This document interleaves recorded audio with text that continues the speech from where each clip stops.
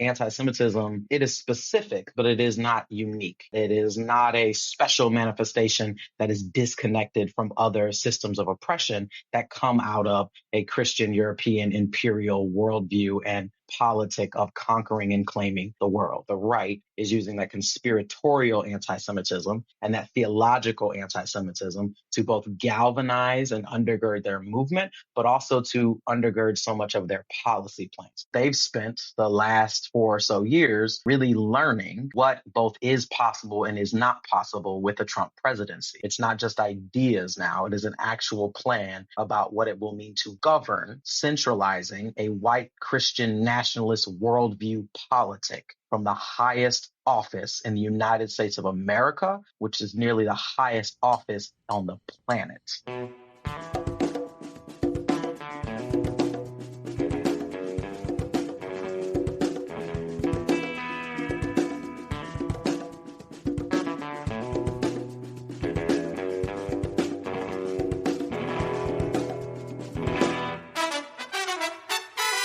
Welcome to episode 212 of the Refuse Fascism podcast, a podcast brought to you by volunteers with Refuse Fascism. I'm Sam Goldman, one of those volunteers, and host of the show. Refuse Fascism exposes, analyzes, and stands against the very real danger and threat of fascism coming to power in the United States.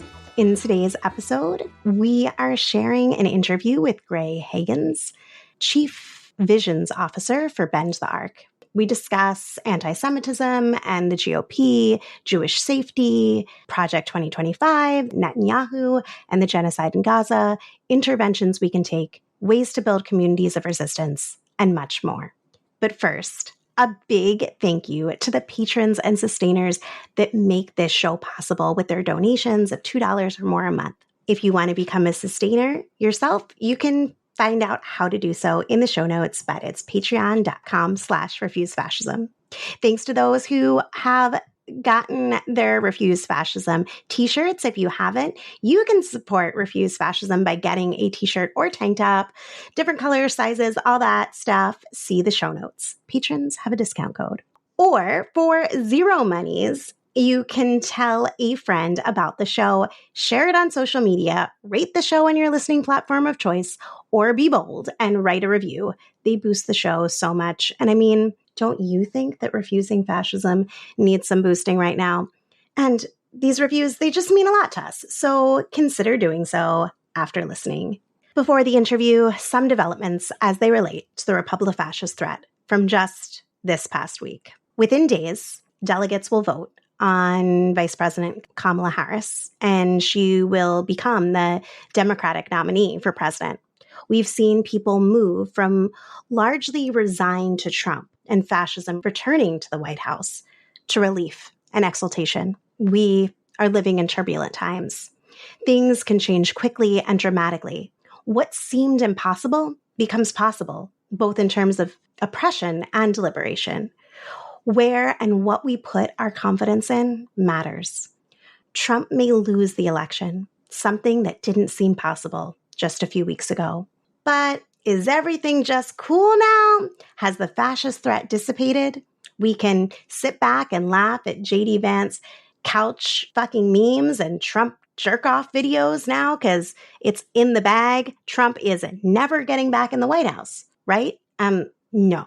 Ask anyone who peddles this dreck to you where they have been for the past 9 years. But seriously, here are just some real questions to ask them. Have the fascists dispensed with election denial as a core component of their campaign? Have they stopped lying about the 2020 election and preparing to overturn the results in 2024 if they lose? Have the fascists ceased in their efforts to subvert the election? Are they no longer working to restrict or outright discount votes? Have they given up on voter intimidation, gerrymandering, or purging voter rolls? Or we can just listen to what Trump said on Friday at Turning Point Action's Believer Summit. And again, Christians, get out and vote just this time. You won't have to do it anymore. 4 more years, you know what? It'll be fixed. It'll be fine. You won't have to vote anymore, my beautiful Christians. I love you, Christians. I'm a Christian. I love you. Get out. You got to get out and vote. In 4 years, you don't have to vote again. We'll have it fixed so good you're not going to have to vote.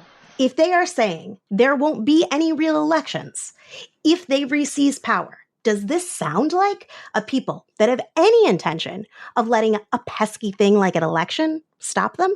Or has the MAGA base turned on Trump? Have they given up the holy battle they are in? What they see is the last battle in a fight to save their country between God's glory and eternal damnation? Has the GOP become less Trumpian? Have they said, you know what? We don't want a Mango Mussolini Messiah. If we lose the election, we will accept the results. Pack it up, go home. Do you think the extremely high production value, deep fake, quote unquote, parody that Elon Musk shared on Friday will be the last? That these manipulative tools in the hands of revolting billionaires couldn't sway anything? Is the Supreme Court no longer dominated by fascists? Did they not just grant Trump immunity? Is it really impossible that they might work to find a way to hand Trump the election? And there's really no chance that anyone in the military, steeped in delusions and faith in Trump, taking action, believing they are doing so at quote unquote President Trump's direction, not in a military, which made a big deal to initiate a self-audit for fascists in their ranks and then reneged on their commitment to make the results public. In short, have the fascists stopped being fascist, fomenting and relying on jingoism, xenophobia, misogyny, white supremacy, quote unquote traditional Christian values, to seize and consolidate power by whatever means necessary or possible with an expanded and updated legal and extra-legal apparatus? Oh, and seriously, no Trump that Trump legitimately-ish wins? Just gonna delude ourselves about the fascist base in this country like it's 2016? Did we miss it where this country is not deeply divided with one side gunning for a civil war, just salivating around Trump's promise of blood in the streets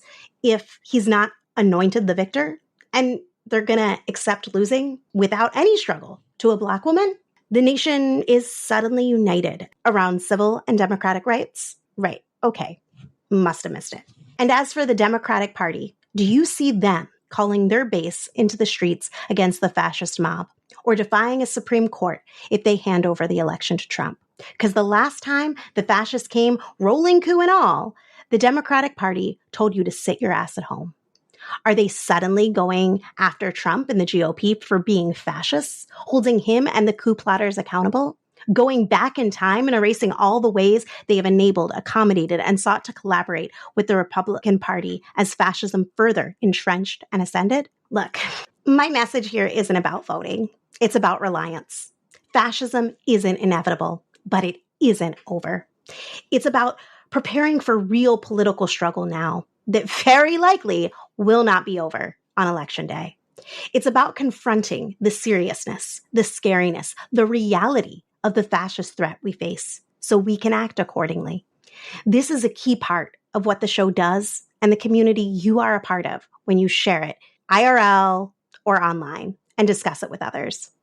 We'll be off for the next 2 weeks and encourage you to go back through our episodes for more resources. Give them a listen and let us know how you are using the show to forge understanding and relationships we need to really refuse fascism.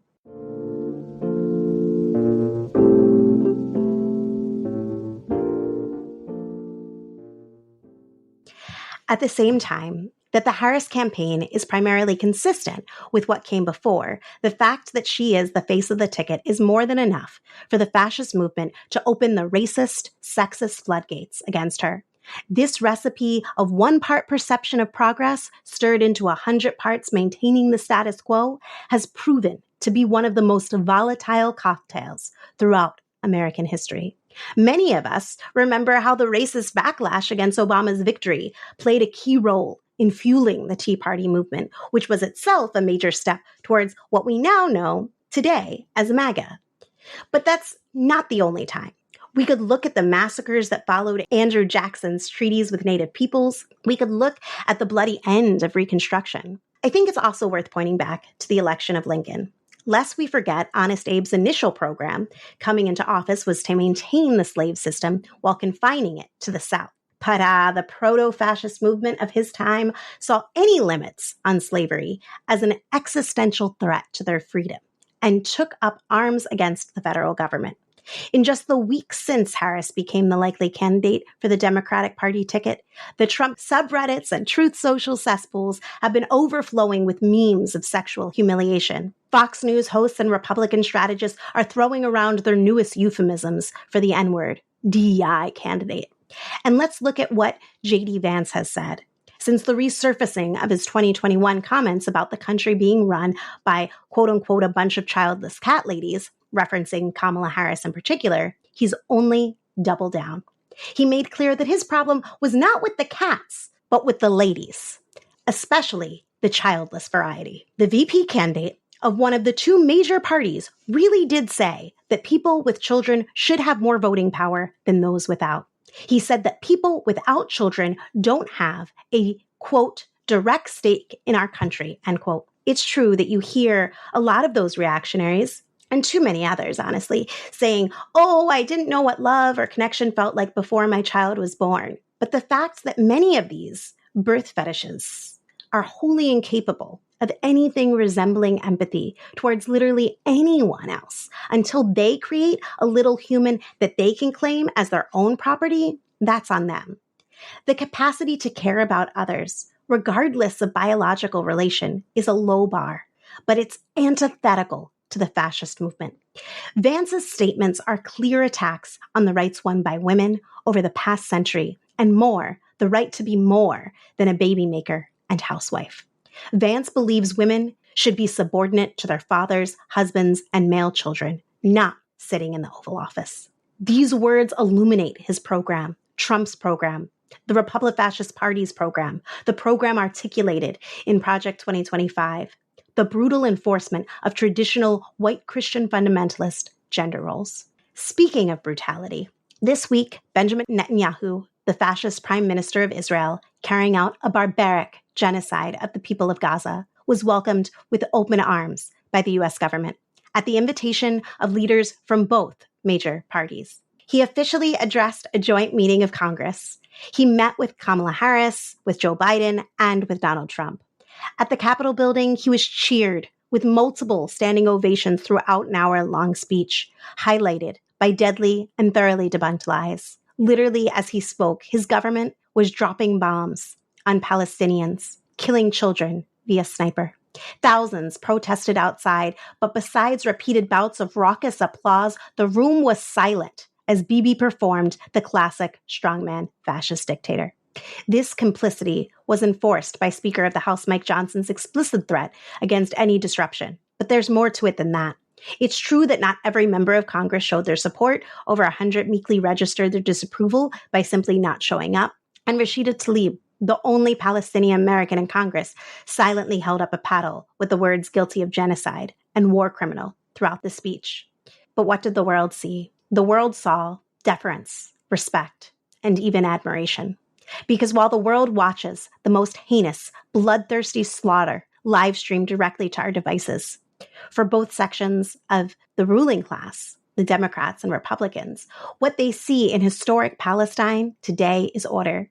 They stand united in recognizing the total dominion of Israel over that land, from the river to the sea, as a key component of the U.S.-dominated world order, a necessity for the stability of their empire, and any challenge to that must be eliminated.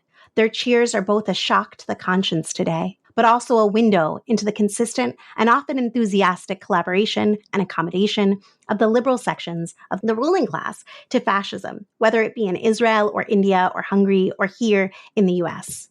Because while they may try to do things differently, for them, justice just doesn't hold a candle to order, even if it's the order of fascism. With that, here is my interview with Graie Hagans.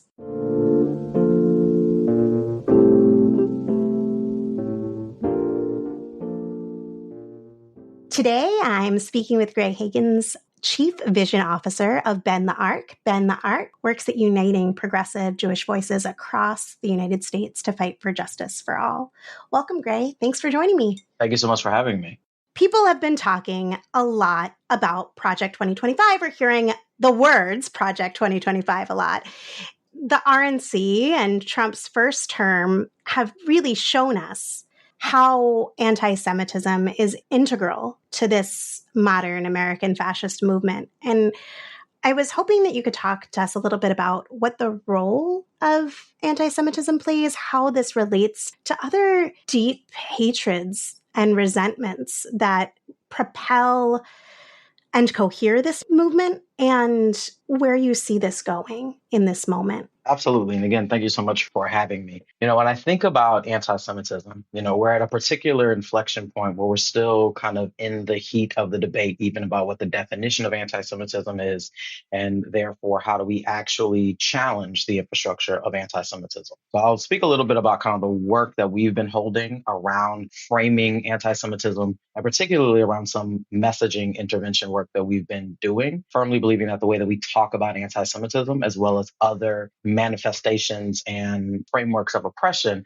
actually leads us to either good or bad solutions, not to overly binary. And I think it's very much wrapped up in kind of the projects around how do we define and experience safety, and what do we actually expect from one another. So when I think about anti-Semitism, I think some of it is there's a hatred, there's a bias model of understanding that largely gets us into the place of kind of interpersonal manifestations of systemic oppression. When I think about anti-Semitism, I particularly think about the kind of conspiratorial politics that actually undergird so much of right-wing political thinking and right-wing worldview politics right now.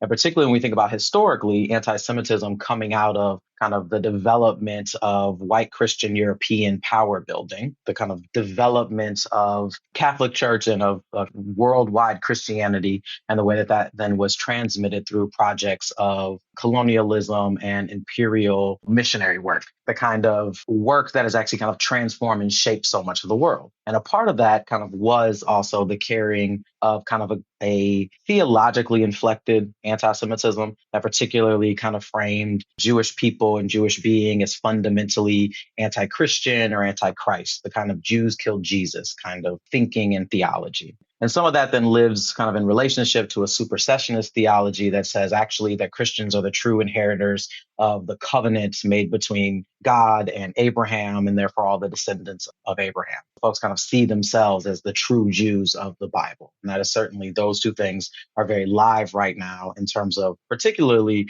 the rights framework and expression of a right-wing Christian nationalist politic and plan for the country. And I think that then lives at the intersection around the demographic shifts of the country. Since the last decade or so, the flagging of the shift from a majority white country to a majority minority country, in which white folks will no longer singularly have the singular ethnic majority status of the country, which is its own bag of things around conversations about how do we get to a singular white ethnic identity is, a related project. And I think for a number of years, folks kind of responded to that either with like an excitement of the country in the future will be brown and queer and swirly and all that good stuff. And as both a biracial Black person and a trans person and a queer person, there's many of us who already exist and live out here. And while life is beautiful and I'm out here to claim all of it, like it's hard out here as well. But I think, this project of kind of reclaiming Christianity and Christian identity as central to kind of the right-wing vision about what the country can look like, in both a way that says actually whiteness as a social construct can stretch. It can actually include more people as much as it can actually exclude people, that it actually can also expand, hence getting a majority singular white ethnic identity in the United States. And anti-Semitism kind of lives alongside that, both as kind of a consistent boogeyman of the Jews lingering both as enemies to that kind of Christian nation building project, but also the white identity nation building project. Both because for many kind of Christian European imaginations, Jews are hiding in plain sight. Jews are in the background, kind of controlling things. And you really kind of get that idea from the mix of the theological kind of framework of Christian anti-Judaism and through kind of the process of the European Enlightenment, scientific revolution, industrial revolution. Those ideas get modernized into race science that says there's a hierarchy of human value, human intelligence, human beauty, etc. And Jews are not quite like Christian European folks, but are certainly on that spectrum and hierarchy, but are always suspicious and kind of consistently outside interlopers who are trying to control things. You kind of see that transmitted through, we call the protocols of the elders of Zion, which then gets kind of transmitted across the world. But it's important to name that anti-Semitism, it is specific, but it is not unique, and that it is not a special manifestation that is disconnected from other systems of oppression that come out of a Christian European imperial worldview and politic of conquering and claiming the world. Developed alongside Islamophobia and Orientalism. It's developed alongside anti-Black racism. It is developed alongside heteropatriarchy and misogyny. It is developed alongside all of these other mechanisms of being able to kind of control and binary society. Right? So when we look at now in the United States, this kind of reactive right-wing movement that is naming itself as kind of reclaiming the American spirit and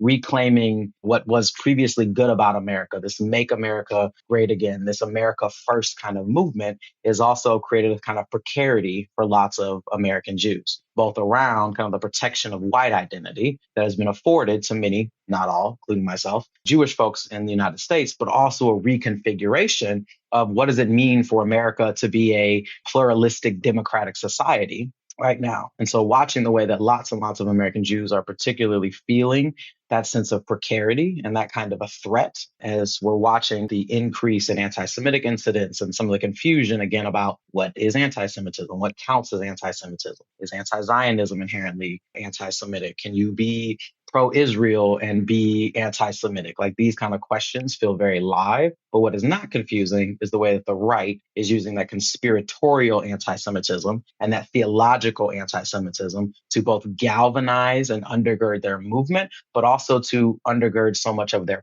policy plans.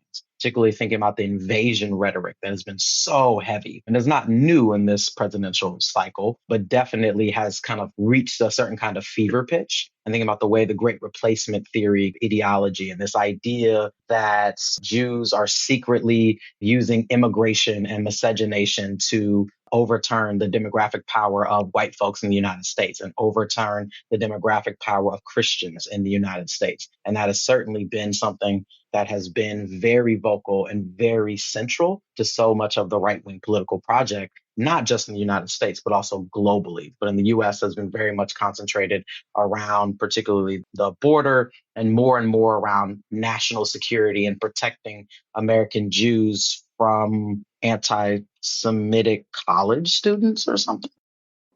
Really appreciate that thorough breakdown and the nuance and history that we need to base ourselves in to understand what we see happening and unfolding in front of us.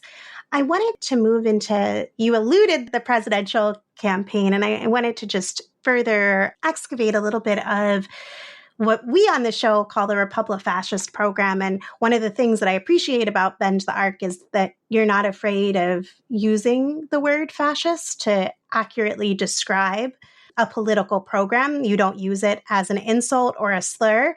But if we want to address what we face, we have to name what we face first. And so I just wanted to express that appreciation. You know, a lot of people have been hearing about Project 2025, and some people have some vague sense that it's ominous or a threat, or maybe some vague sense that it's a thoroughly Christian nationalist reactionary document. And sometimes what gets lost is Agenda 47, which is Trump's own platform. While we can all laugh about them trying to distance themselves from Project 2025 and how ludicrous all that is, but I don't think that that's really the point. I think the question is, what is their program? And that they're very masked off about it. They're telling us exactly what it is, which I think can be an advantage. And so I just wanted to give you an opportunity to speak, Graie, about what you think people might not be aware of that we need to reckon with.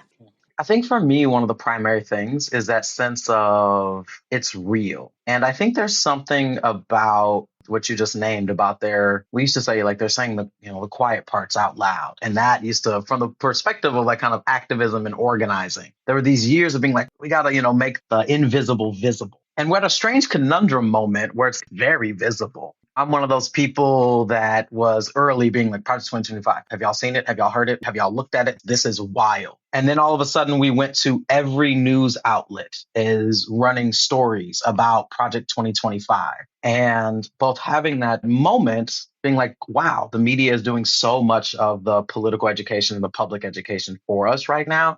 And I have a sneaking suspicion that we don't get that it's real. And some of it is the almost laughability of Trump still as a political figure. He still kind of carries some of that veneer of he's goofy. He's listening to some, previous episodes and that language of cartoonish in describing Trump, in some ways still feels very real. And some of it actually, I think, is comforting for those of us kind of on the other end of the political spectrum to imagine these kind of goofy, laughable kind of characters. Certainly some of that is that kind of manifestation that I've heard other folks talk about on this show, kind of the way that we tell the history. How much of American media post World War II is about kind of laughable Nazis and that kind of energy. And if you study the history of authoritarians, fascists, dictators, etc., a lot of them are hysterically goofy in many ways from a personality standpoint, from the weird personality quirks and the things that they do. And that does not make them any less dangerous. Some of what we might think of as the most laughable kind of characters in world history have also had some of the highest body counts in terms of the way that they led the infrastructure of their governments to create mass death and destruction. And so I think there is something about meeting our own history and understanding that laughing may be cathartic. It may be a good time sometimes with close friends, but that actually does not make the seriousness of the situation any less dire. So I think there's something about, for me, being able to sit with the sobering reality of they mean this as a plan, whether we're talking about kind of the Project 2025 plan, not just a vision or set of ideas, but they've spent the last 4 or so years really learning, right, kind of what both is possible and is not possible with the Trump presidency. And I've been thinking a lot about kind of in terms of this presidential election, the way we have kind of the risk of Trump's presidency first time in some ways was not as bad as many of us thought it would be. For many of us who were kind of raising the flags and raising the concern about fascism, about authoritarianism in the United States, certainly for been the arc since 2015, saying we've seen this before and calling this Trumpism, particular manifestation of American fascism aligning underneath of him and the kind of cult of personality that has developed around him. Again, looking at so much of the history, when we think about the history of Jews globally and the kind of worst case scenario that many of us hold and fear, it's also sometimes a sobering reminder to remember that like the Third Reich and Hitler's ascendancy to power, for instance, was not an overnight phenomenon. In fact, Mein Kampf, the kind of classic anti-Semitic kind of fever dream of Adolf Hitler's, that was a prison manifesto. Like he tried it the first time and it didn't work. Mussolini tried it the first time and it didn't work. And I think there's so much about both the way that the right has been able to kind of test our sensibilities and has a sense both of the long arc. So much of Project 2025 is like the 50-year plan of conservatives, whether it is dismantling the federal Department of Education or outlawing the word abortion in federal documents and policy, that those are long-term visions and plans. And Trump and even J.D. Vance are just kind of figureheads that actually can be switched out for someone else. It's whoever is actually willing to play the role and willing to do the thing. And whatever was not possible in Trump's first presidency, really some of it was because he is a goofy, almost cartoonish kind of person. He has seemingly little to no interest in actually being a president or presidential beyond kind of the way that he can leverage power. And his kind of sense of firing people, his sense of like ego of moving that way meant that he kind of was president the first time without a full deck of cards. And right now there's an infrastructure that is being built out to replace much of the federal civil service. There is an infrastructure being built out to move from kind of the intellectual and vision of the right to actually move to the implementation of that set of policies. And what is not possible on the federal level absolutely will be moving at the state level, and watching the kind of coalescence of this movement that is gearing itself up to actually govern this time. And for me, that is particularly the thing that is very different and is very concerning. It's not just ideas now, it is an actual plan from day one moving forward about what it will mean to govern, centralizing a white Christian nationalist worldview politic from the highest office in the United States of America, which is nearly the highest office on the planet. Incredibly ominous, and there's no way to sugarcoat that. I think that there's this lack of understanding around the big tent approach. People think that it's not a big tent, but there is a big tent for this, and it just is worth noting what that big tent is based in. There are some things that are universal. You got to get behind this in order to get in the tent. You got to love patriarchy to get in the tent. As a foundational tent, you can be an immigrant, sure, but you have to be an American chauvinist immigrant. You have to be one of the quote unquote good ones or something like that. The fact that you can have really concerted efforts as they're trying to unify around things, what they're doing is still trying to divide out and other. Thinking about the really grotesque effort to bring Black folks into the movement based on delusions of migrants stealing jobs. Those kind of things are just completely disgusting. But they also provide an opportunity, I think. If we're able to recognize and see what's being done, there's, I think, opportunity for great acts of solidarity and great acts of stepping into that and saying, well, actually, why is this situation happening? Who gains from the divisions that are created? That kind of thing. That was an aside, but it's just something that I've been thinking about, always thinking about where is our opportunity? Where is our potential? What could we be wading into that if we were having more of those conversations would pull people? And again, I do not in any way want to overstate the degrees to which Black folks are getting brought into Trumpism. Are Black folks coming into Trumpism? Absolutely. But I also don't want to overstate that in the sense of it is not the majority of people that are aligned with this program. And so I think that there's balancing that out as well.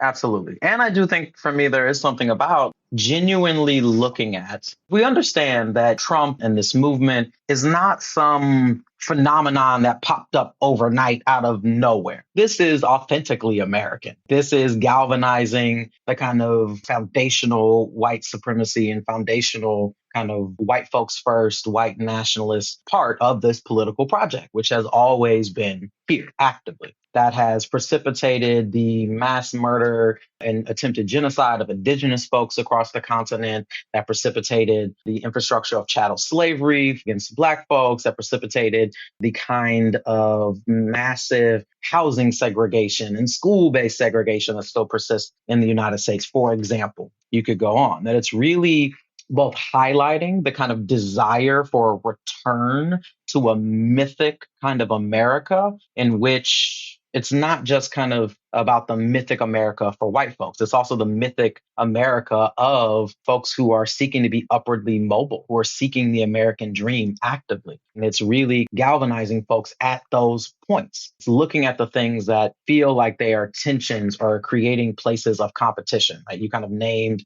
this idea and this narration that migrants are actively taking folks' jobs, or in New York City, the story about all these migrants are being brought in and given all this money. Meanwhile, folks who have lived in the city for 50 years ain't getting nothing. I go back to some of the mistakes that oftentimes gets made over and over and over again by, those of us who are well-meaning, feel like we have good politics, good liberal arts educations, and blah, blah, blah, blah, blah, myself absolutely included. And this kind of story about our own sense of self-righteous intelligence sometimes. And I remember when Abbott and DeSantis first started to load up planes and trains and automobiles and every other thing they could and shipping folks to the Northeast and to other parts of the country. And I remember the way that was received as political theater. And I had a moment where I was like, this is not just political theater. Sure, there is that element of it. And the part of this that we are not prepared for is actually the way that this will absolutely test the infrastructure capacities of so-called sanctuary cities, the way it will actually test the integrity of the politics of that kind of movement towards sanctuary cities, the movement towards saying that democratically controlled cities will be welcoming spaces for migrant and immigrant communities. And it's a real test of, well, let's see how you actually deal with that when you actually do not have the infrastructure ready to absorb tens of thousands of new people. And that is not a crisis about immigration the way that it is narrated to be so right now, but it is absolutely a crisis of how do you manage a city, a municipality, a county, a state in which you have a significant influx of people. And instead of actually solving for those problems, we've gotten trapped in kind of the rhetorical part of the work. We have to figure out how to walk and chew gum at the same time. And we're watching right now the way that those kinds of dynamics have also created the kind of context that there's new demands for safety, where you have communities saying, well, I feel less safe, I feel less secure, whether it is safe in the sense of protection of my bodily safety or the safety of my property and things I own or whatever it may be, but also certainly the sense of I need to be protected from the kind of threat that actually upends my ability to be upwardly mobile and be a part of the American dream. And so I think there's ways in which kind of the competition amongst communities is being further exacerbated in a moment in which there's absolutely not just political polarity, but absolute kind of class polarity in the country that continues to grow right now. And I think there's so much about the way that those things are playing out that are oftentimes getting missed, the way that we're continuing to be set up to choose the trade-off of my safety, my family's safety, my community's safety versus that of others in a zero-sum game that I don't know that we have genuine proof of concept possibilities on the other end of that. I wanted to transition our conversation a little bit. On the day we're recording this, Netanyahu is speaking to Congress in DC at the invitation of the leadership of both major parties in the United States. The genocide that he is perpetuating in Gaza shocks the conscience, and it would not be possible without the material and political support of the United States. Thousands of Jews are expected to be protesting this visit, along with many others. I believe 400 Jews and allies participated in a sit-in at Congress yesterday. I think there were like 400 arrests, signs reading things like "never again for anyone anywhere," "Jews say not in our name," "stop arming Israel," similar things. And, in some ways, people have commented to me that they're hopeful that finally the narrative that Israel represents all Jews and that criticism of Israel is inherently anti-Semitic has been broken with. And I'm wondering, what can we do here to stop this genocide? And how is this interacting with the rise of fascism here in the United States? One thing that I was also thinking about, I'd love your insight on, is a lot of people I've spoken to are focused on if we can just get people to be against Netanyahu. And some of my guests have spoken to this as well, that if we can get people to just focus on Netanyahu, that he's more popular here than he is in his own country. He as an individual is a fascist. And therefore, if we could just get people, then we could get the US to break with Netanyahu without breaking with Israel. And everybody could get behind that. I think that we're going to see some of that today. I think there's something about both the ways in which anti-democratic movements have also absorbed other kinds of skeptic-based movements, whether it is the broader pre-COVID anti-vax movement, an anti-science movement, an anti-evolution movement, and abstinence-only education movements that has kind of absorbed and made space for that kind of challenge and skepticism, or one of my favorite conspiratorial skeptic communities, the flat earth movement. There are ways in which those things have been really critical to building the populist base of authoritarianism and fascism. That's true in the United States, and I imagine that's very true for many folks in the state of Israel as well. And that there's something about, for so many of us, just believing that the state will hold, that the mechanisms will hold, that certainly if we can just focus in on Netanyahu or Trump or whoever it may be, if we can just get people to understand. And I've heard folks talk about, for instance, 2020 was about Trump the man and 2024 is about Trump the plan. That actually we need to move beyond this kind of sense and reaffirmation of the cult of personality that focuses on singular strong man leadership and actually is looking at the whole. Because whether or not you're looking at the state of Israel or the United States, it's not just a Netanyahu Trump problem. It's a whole set of infrastructure that is aligned, or at least aligned enough around their vision as talking heads in some ways. And that's not to kind of disavow the particularities of those people either, but it's not solely about them. I think the other part is it is very hard to reconcile for many of us that the United States of America is an imperial power and that we are at the seat of a global empire. That so much of what we're most afraid of happening here, we've already enacted on much of the rest of the globe. And that the state of Israel, and particularly even now, this especially right-wing movement that is led by Netanyahu and other folks, is in the interest of the United States of America. And I think for many folks, it is both the short-sightedness of anti-Semitism, the kind of short-sightedness of believing in the American mythology that we are the leaders of democracy in the world and we're out here trying to build safety and prosperity the world over, and having to look straight in the face that President Biden, for nearly the entirety of my lifetime and much of his political career, has clearly stated that if the state of Israel did not exist, the United States of America would need to create one for the interest and benefit of the United States of America. There's a broader geopolitical frame that is absolutely about the politics of a region. It's about resources. It's about colonial models. It's about divisions between the East and the West. It's about a war of quote unquote civilizations between the Christian world and the Muslim world. It's about the clash between capitalism in the West and communism, the former Soviet Union and Russia. It's about all of those things. And I think for lots and lots of reasons, we kind of fall into the trap of believing that the state of Israel is solely a manifestation of a Jewish vision for self-determination and safety following the Shoah, or the idea of singularly colonial Jews unleashed on the Middle East. And not that those things are also not parts of the story, but in the United States of America right now, when there are more dues-paying members of Christians United for Israel than there are Jews in the United States of America, any imagination that whatever your politics around the state of Israel and Palestinian liberation may be, that if you are not taking into account those realities and how power moves,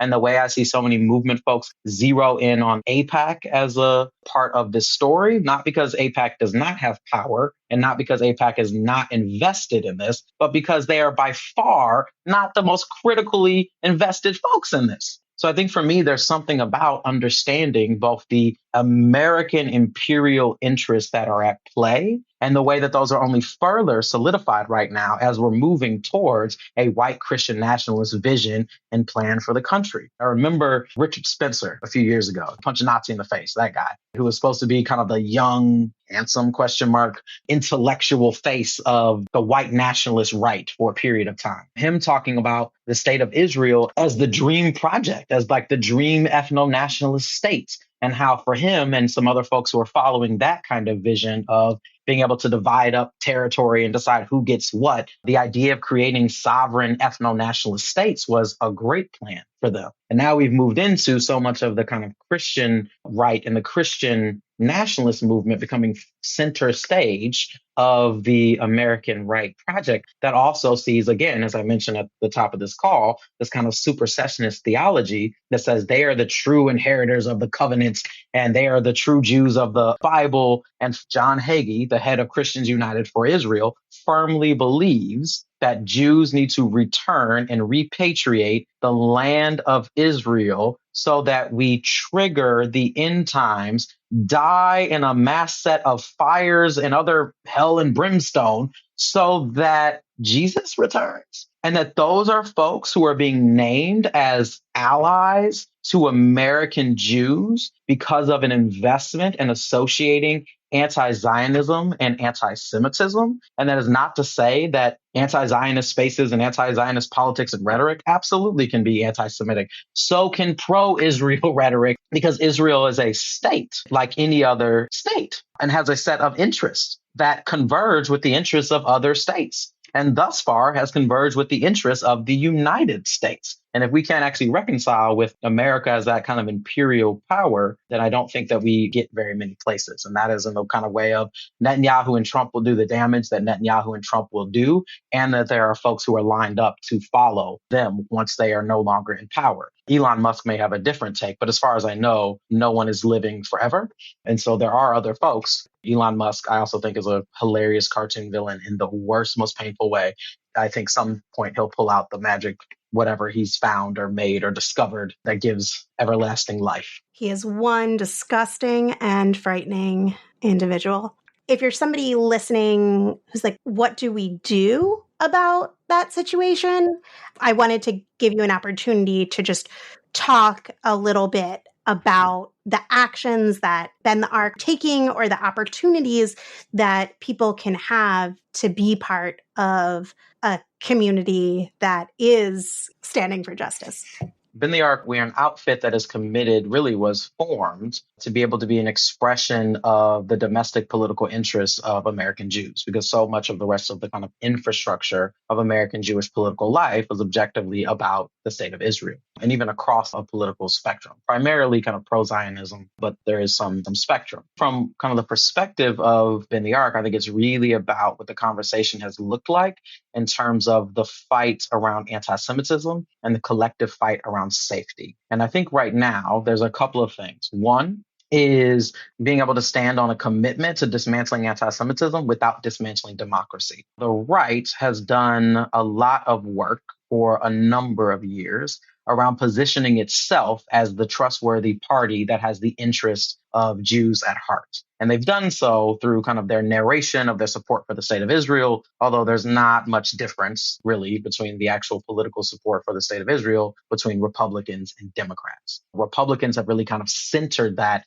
in a certain way to, again, use the equation of anti-Zionism and anti-Semitism to move an anti-democratic and authoritarian agenda. You can look at the end of April, when Speaker Mike Johnson, who is a self-professed Christian nationalist, stood at Columbia University and gave a press conference in which he announced that the Republican leadership of critical House committees would be leveraging the power that they had to essentially move a longer-term right-wing plan to, again, dismantle the federal Department of Education, to use the immigration system to label international students as threats to national security and deport them, to do the same around professors, and to do all of that in the name of keeping Jews safe on American campuses in light of protests that were happening around the country. Those are not new right-wing plans in America, but it is watching them use the opportunity for a party that loves to talk about like how to not politicize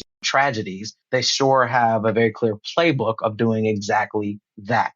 Some of it is also recognizing, in terms of whether we're talking about Project 2025 or Agenda 47 or any of the other policy implementation plans, is that a fair amount of that is already moving right in front of us and is being done in the cover of keeping folks safe. And particularly while American Jewish folks continue to wrestle with what safety actually means right now, as folks are continuing to experience an uptick in anti-Semitism or experiencing the narration of an uptick in anti-Semitism, ADL. I think, that there is particularly, again, this kind of invitation for folks to join into the broader movement of folks who are demanding an increase in carceral and militarized solutions to issues of safety. And so I think there is something around focusing on how do we actually counter anti-Semitism and counter Islamophobia and counter transphobia and counter xenophobia and counter all these things right now. Part of it is understanding that these things are actually interlocking sets of oppression, that they are actually parts of the machinery of division and fear, and that tackling one of them actually precipitates like tackling multiple of them and doing so in solidarity. I think the second part is recognizing, James Baldwin would call it the bribe that is being extended to so many folks to join the broader project of cis heteropatriarchal Christian white nationalists, et cetera, recognizing what those look like for our communities and doing the work both inside of our communities and, again, reaching across other communities as well. I think there's something about remembering that all of this is more than just the presidential election. There's something about American democracy that kind of we end up every 4 years so squarely focused on the singular kind of authority, but recognizing while arguably the Supreme Court is lost for a period of time, there still is Congress. And I have some real questions about Congress and why they didn't swing back when Donald Trump sent those people in to kill y'all at work, which is heinous and wild. And I cannot imagine if my colleagues and coworkers sent people to the office to take me out while I'm at my desk at work and not swinging back. But that's a whole other situation. And I think remembering again that all of this is happening at multiple levels. It's a federal attempt, but it is certainly happening at the state and local levels as well. You can look at the right's focus on anti-DEI measures, right's focus on policing trans kids and families, access around life-affirming and life-saving treatment and healthcare, whether it's looking at the right's attack on access to reproductive health and abortion, or the right's focus on critical race theory and curriculums and taking over school boards and things like that. That still also, these are local fights. And so much of the protection that we need is going to come from actually doing the hard work of on the ground, small d democracy around reaffirming and re-seeing ourselves as mutually a part of the same project and not just kind of finding ourselves siloed behind whatever walls we are able to build to claim whatever safety we feel like we actually can latch onto to make it through another day. This is not a game of waiting out an authoritarian agenda. Very classically, first they came for trans kids. Certainly at some point they will also come to your door. As we close out the conversation, I wanted to give you an opportunity. Are there particular projects that y'all are working on that people can join in?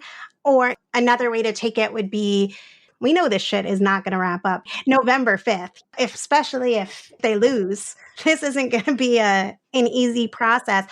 The avenues for people to resist together, or however you want to take that. I would say like standing on one foot, three things. One, again, is to reaffirm, find and invest in a political home locally. We are a national organization that has field chapters and locations across the country. That is a model that is common amongst lots of national organizations and local organizations as well. But I think connecting and figuring out what is the fight around Project 2025 at the local and state level, and how do you invest in that defense as well. Secondly, I think specifically from Bend the Arc, we have a cut of work, particularly around some messaging intervention. And it's really about kind of right setting, again, the way that we talk about anti-Semitism in relationship to other frameworks, infrastructures of oppression, particularly geared towards how do we talk about anti-Semitism like we believe we can end it together. And folks can check out that work at dismantlingantisemitism.org. There's lots of trainings, there's a guide, there's lots of other materials on there. Would love to connect with folks about that. And I think third is continuing to reaffirm and develop a politic that actually says that it is about us collectively and resisting the urge to kind of fall back into whatever we believe is kind of our singularly most safe identity space. And I think, again, continuing to invest in the kind of work that is about the democracy we are trying to build. And again, reminding ourselves, as you just said, that there's the between now and election day, there's between election day and inauguration day, and then there's inauguration day moving forward. And I think figuring out what we all need to do to shore ourselves up, to continue to reach for each other, and to continue to be able to access whatever is the resiliency boost that we're going to need. I think this is going to be a long fight. But for me, coming from the tradition that says, we wandered in the desert for 40 years, not without purpose, that it was a wandering that was actually about getting us prepared to move beyond the narrowness of the world that had a hierarchy that said that there was value of people above others, and that some of us deserve to be at the bottom and to hold the backbreaking labor of keeping it all together, that there actually is a better place for us to be going and a world to be building. We just have to figure out how to do that hard work of not letting each other go and moving in that direction. Graie, I want to thank you so much for coming on, for sharing with us your insight, your expertise, your perspective, and of course, your time. If people want to connect more with you, more with Bend the Arc, where should they go? People should definitely check us out online, jewishaction.us. You can check us out as well on our social medias, Instagram, Twitter, and Facebook as well. Search Bend the Arc Jewish Action on all socials. Thank you. Thanks for listening to Refuse Fascism. Want to help this show reach more people when it's needed most? Awesome! As people rightly agonize over the fascist threat, help grow the community we need by literally wearing Refuse Fascism across your chest by purchasing one or more of our Refuse Fascism t-shirts. When you buy a shirt, you're also helping produce and promote this show. See the show notes to get your shirt today. When it arrives, I hope you'll take a selfie or pic of your whole crew all wearing your shirts and post on social and tag Refuse Fascism to spread the word. If you want to take a step further, become a patron for as little as $2 a month at patreon.com/refusefascism. It all makes a difference in producing and promoting this independent, all-volunteer weekly podcast. Thanks for your support. And if you can't give now, or if you did already, share this show with others. Rate and review on Apple Podcasts or wherever you listen, or comment on social media or YouTube. It makes a difference and is so appreciated. Got thoughts or questions off this episode? We want to hear them. Ideas for topics or guests? Yes, please send them to us. Have a skill you think could help? We want to know all about it. Reach us on the socials at Refuse Fascism at just about all the places. And on the YouTubes, you can reply with a comment. Find us at refuse_fascism and be sure to hit that subscribe button if YouTube is your thing. Leave us a voicemail. See the show notes for the button. Or if you want to reach me, you can do so at Twitter at Sam B. Goldman, or drop me a line at Samantha Goldman at refusefascism.org, or find me on the TikToks at Sam Goldman RF. Thanks to Mark Tinkelman, Richie Marini, and Lena Thorne for helping produce this episode. And thanks to incredible volunteers, we have transcripts available for each show. So be sure to visit refusefascism.org and sign up to get them in your inbox. As a reminder, we're going to be taking off the next 2 Sundays, and we'll be back with a new episode Sunday, August 18th. Until then, in the name of humanity, we refuse to accept a fascist America.